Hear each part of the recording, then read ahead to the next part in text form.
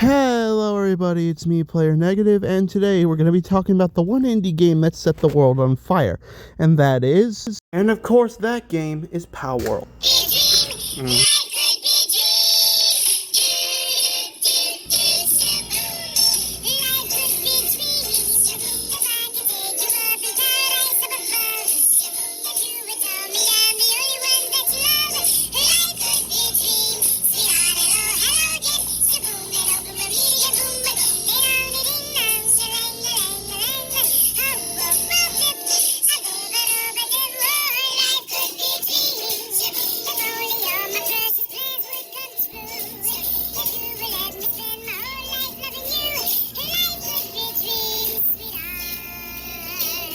Hope you enjoy the edit. Alright, let's start back. palworld, for the two people who don't know, was a game created by an indie dev studio called Pocket Pair back in 2024. It was in early access for a pretty long time until it eventually managed to reach the 1.0 that just came out this month. Now, I'll give you a brief sense of history with this game. When it first came out, there was a certain franchise you may all know that was sort of lacking.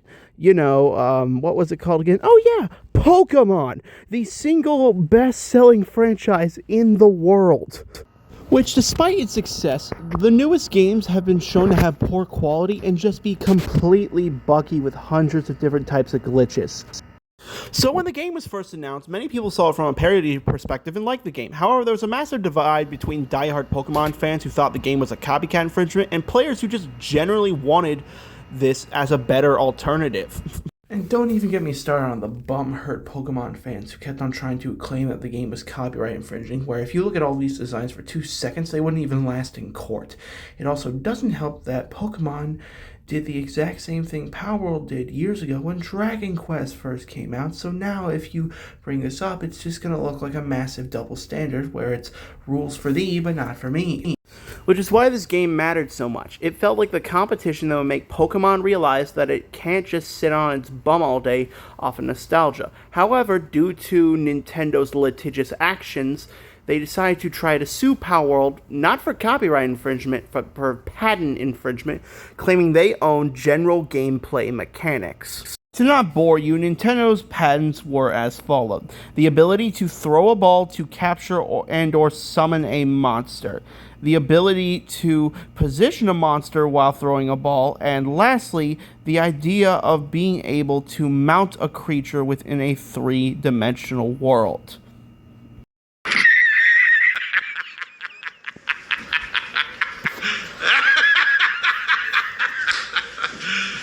Are you serious? So yeah, the fact that these patents even exist seems kind of stupid when you consider the fact that multiple video games have already come into existence before they came out. Games like Skyrim or Monster Hunter, which very act similar to Pokemon, but for some reason they're only trying to sue this game.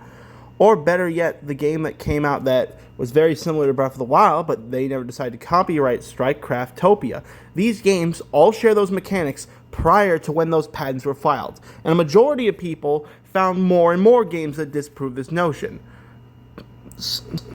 Later on, both the US and Japanese patent office rejected these, and right now the lawsuit is still going on. But despite that, this game managed to get a 1.0 release, and it became its best benefit. Since it was being sued during the time of early access, it wasn't considered a finished product, which left Nintendo's patents eligible.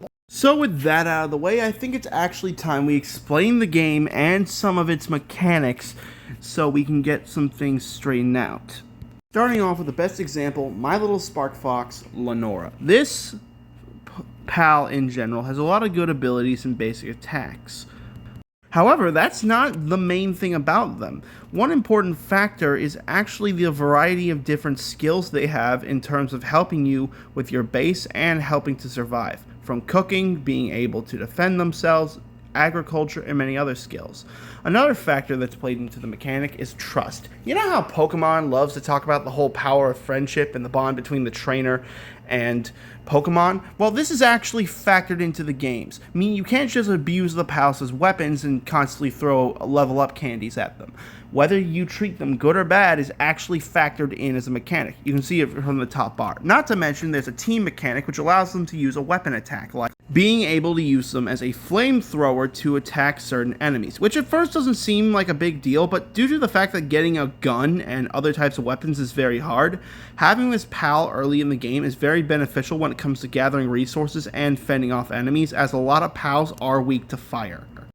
Next up is cited, and his abilities are pretty cut and dry. He's a lot stronger due to the fact that I've been training with him for a while, though in terms of his attacks, he has gotten hurt a lot, which has drained the trust down to a 7. He's pretty good when it comes to gathering and cooling, as well as a few other skills. He's also pretty much a strong character to have if you want to use direct ice abilities. However, there are various other options. Another cool thing about him is that he's very fast when it comes to both air and sea travel. Across land, he's pretty fast if you choose to sprint with him, but he's also useful in water as he can move pretty darn well. There's also a few other pals that can be used as weapons, like the penguins that can be used as rocket launcher ammo. There's also Jolt Hog, which is literally a hedgehog you can lug like a hand grenade, who has 2 different variants. And lastly, there's a fish that can turn into a literal sword. Now, he doesn't do much damage compared to the sword I have on my back because I earned that earlier, but for what it's worth, he does do a lot of damage and can one-shot bosses. And that's without considering the player character also has to push their own weight and level up their various stats. And as they level up, so do the pals that work with them. There's also fishing mechanics, but unlike other video games that just shoehorn them in without much thought, this one actually created an interesting set of mechanics and potential different types of pals you can catch simply by fishing in the ocean for them. And some of these pals can be pretty useful, while others can be lackluster, and some are just okay at best. And some of the designs are a bit questionable. Also, before you say anything about what my character is holding, that's its tail. And honestly, I could talk about this game forever. Now to get into the nitty-gritty of certain things. Now, do I think this game will replace Pokemon? No. But do I think it will coexist as another example of how more and more people could take the monster-catching genre and be creative with it? Yes. Now, I'm not going to spoil anything. I think you should play this game for yourself. It's only $30, available on Xbox, PlayStation, and Steam.